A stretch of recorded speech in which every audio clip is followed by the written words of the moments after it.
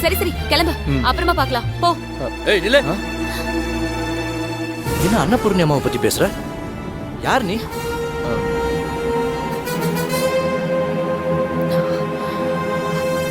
ஏய் ஏய் இல்லையா வர? எங்க எங்க அவர் விடுங்க. சொல்லியா யாரியா நீ? அவர் ஏதோ ராசியா சம்பந்தமா பேசலான்னு வந்தாரு. அத கோமா பேசி அனுப்பலான்னு நினைச்சேன். அதுக்குள்ள நீங்க வந்துட்டீங்க.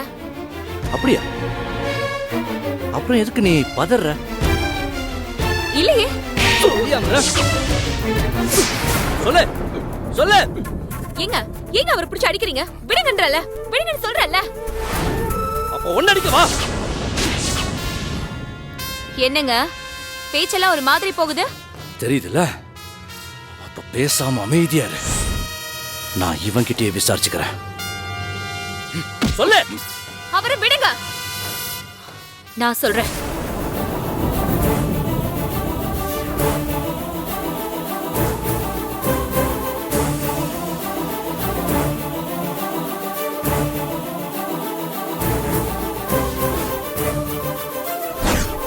அன்னபூர்ணிமா வீட்டுல ராசையாவுக்கு கௌரின்னு ஒரு ஜாதகத்தை மாத்தி எழுதி கொடுத்தேன்.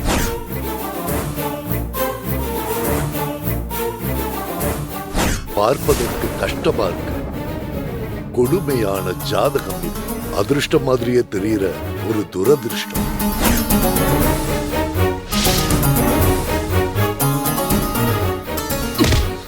இன்னொரு தடவை இன்னொருத்தங்க குடியை கெடுக்கிற வேலை செஞ்ச அவனை நடக்கிறதே வேற.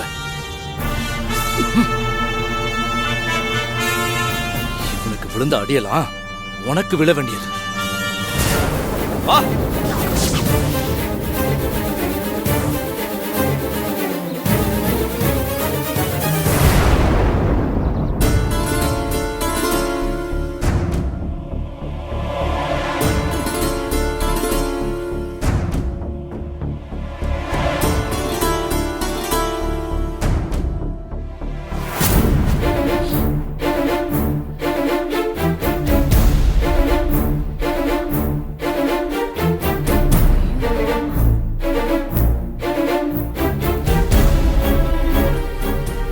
என்னங்க இது? என்னங்க புது கோலம்?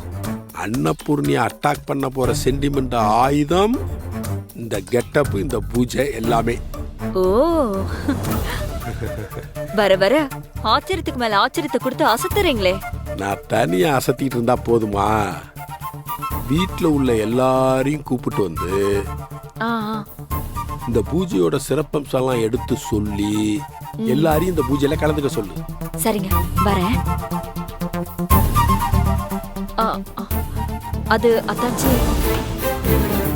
பாருங்க அத்தாச்சி, நடு சாமத்துல எழுந்து குளிச்சு முடிச்சிட்டு வந்து பூஜை ரூம்ல உட்கார்ந்தவர் தான்.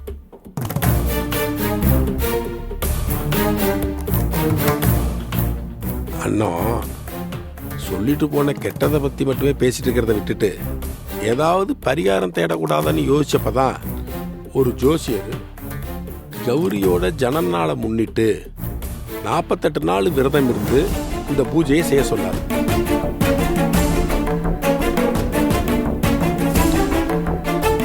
இந்த பூஜையில என்னோட சேர்ந்து நீங்களும் கலந்துக்கிட்டா பூஜையை இன்னும் வலுவாக்கும். ஏதோ என்னால இந்த குடும்பத்துக்கு ஒரு நல்லது நடந்தா சரி. இந்த பிரச்சனையில இருந்து எப்படி வெளியே வர போறோம்னு யோசிச்சு யோசிச்சு ரொம்ப தளர்ந்து போயிருந்தேன். ஆனா இப்படி ஒரு வழியை கண்டுபிடிச்சு யாரோட உதவியை எதிர்பார்க்காம நீயே களத்துல இறங்குனது ரொம்ப சந்தோஷமா இருக்குண்ணே.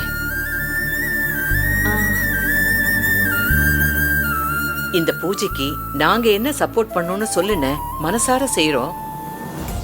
ஓஹோ, இதுதான் சென்டிமெண்ட் ஆயுதத்தோட மகிமையா?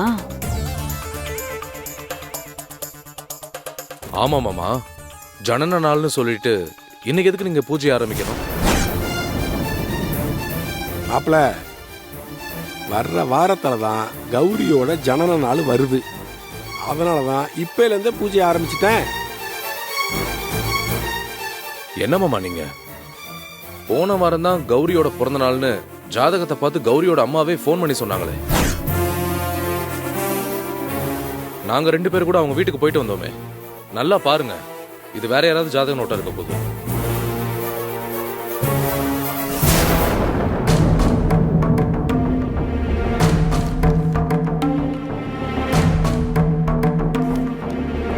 அட இல்ல மாப்ள, இது கௌரியோட ஜாதக நோட்டு தான். இதுதான் கெட்ட நேரத்தோட உச்சம்னு சொல்றது. ஒரு பூஜை பண்ணணும்னு மனுஷன் முடிவு பண்ணி உட்கார்ந்துட்டாரு. முத நாளே 1000 கேள்வி கேட்டு முடக்கிறதுக்கு முயற்சி பண்ணா இப்படி கெட்ட நேரத்தோட பவர் ஜாஸ்தி தானே ஆகும். பாக்கியம், எதுக்கு எடுத்தாலும் கோவப்படாத. செந்தில் ஒண்ணு தப்பா கேக்கலையே. அண்ணன் பூஜை பண்ணட்டும், அதை யாருமே தடுக்க போறது இல்லையே. கௌரியோட பிறந்த நாளுன்னு அவர் சொன்ன நாளு தப்பு தானே. நல்லது நடக்கணும்னு மனசார நினைக்கிறதும் இந்த வீட்ல தப்புன்னா, அம்மாடி கௌரி, உன்னை எந்த சக்தியாலையும் காப்பாத்த முடியாதுமா. கௌரி, உங்க அம்மாவுக்கு நீங்க ஃபோன் பண்ணுங்க. இது விஷயமா கொஞ்சம் விவரங்கள் பேசணும். இப்போவே எனக்கு சில விஷயங்களுக்கு முடிவு தெரியணும். வெளியே வா.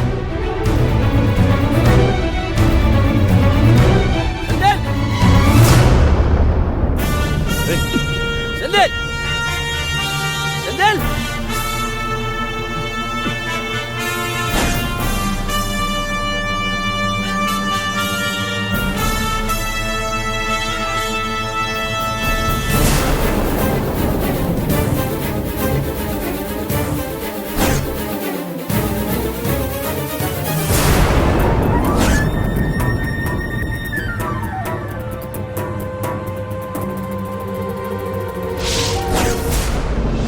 சம்பந்தமே இல்லாம நான் இங்க வந்து நிக்கிறதுக்கு யாரும் அதிர்ச்சியாக வேண்டாம்.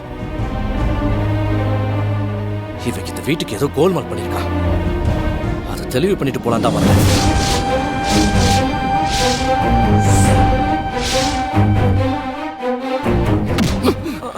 உண்மையை சொல்லு. ஏதாவது மாத்தி பேசுன கொல்ல கூட தயங்க மாட்டேன்.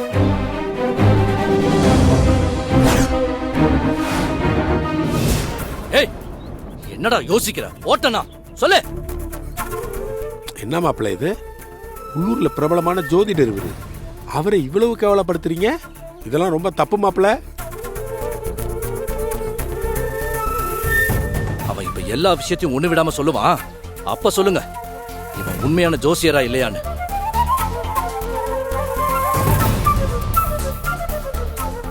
எந்திரா. டேய் எந்திரி. செந்தில், செந்தில் ஏற்கனவே இங்க 100 பிரச்சனை இருக்கு. இதுல இது வேறயா? முதல்ல அவனை விட சொல்லுடா. வேண்டாம், வாய் அடைச்சு போய் நிக்கிறேன். உண்மையா சொல்றா. ஜாதகத்தை மாத்தி எழுதி கொடுத்தன்னு என்கிட்ட சொன்னல, அதை இங்க சொல்லு.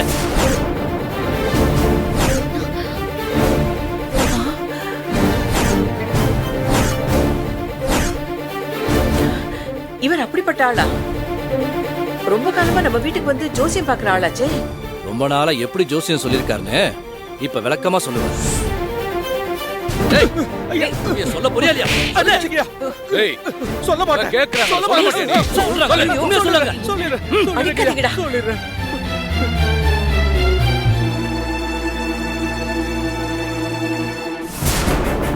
என்ன மன்னிச்சிருங்கம்மா, தப்பு நடந்துருச்சு. நான் தொழில நேர்மையா தான் பண்ணிட்டு இருந்தேன். இந்த ராசையா தூண்டுதலும் என்ன பிடிச்ச காசு ஆசையும் தான் இவ்வளவு கேவலமா என்ன மாத்திருச்சுப்பா.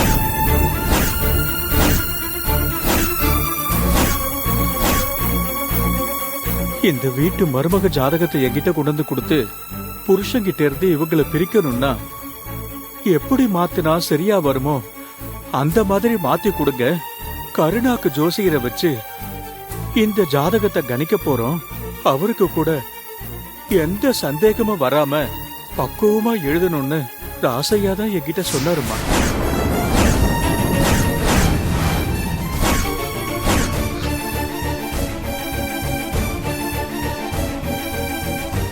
மாத்தி எழுதி கொடுத்துட்டா நமக்கு எந்த பிரச்சனையும் வரப்போறது இல்ல. காசுக்கு காசாச்சேன்னு நான் ஒத்துக்கிட்டேம்மா. புனிதமான தொழில கையில வச்சுக்கிட்டு அதுக்கு துரோகம் பண்ற மாதிரி நடந்தா இந்த கதிக்கு தான் ஆளாவேன்னு தெளிவா தெரிஞ்சு போச்சுமா.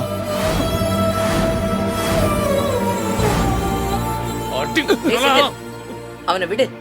காசுக்கு ஆசைப்பட்டு தொழிலுக்கு துரோகம் பண்ணிட்டேன்னு மனசார ஒத்துக்கிட்டவன நாம அடிக்கிறதுல அர்த்தமே இல்ல.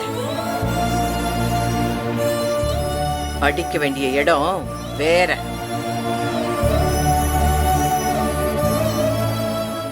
அடிச்சனா ஓடு வரமா ஓடுறா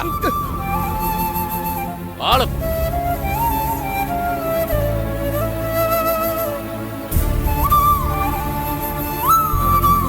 இந்த திரைப்படத்தை முழுமையாக கண்டு மகிழ உடனே டவுன்லோட் செய்யுங்கள் Raj digital TV OTT app. வருடத்திற்கு வெறும் 299 ரூபாய் மட்டும்.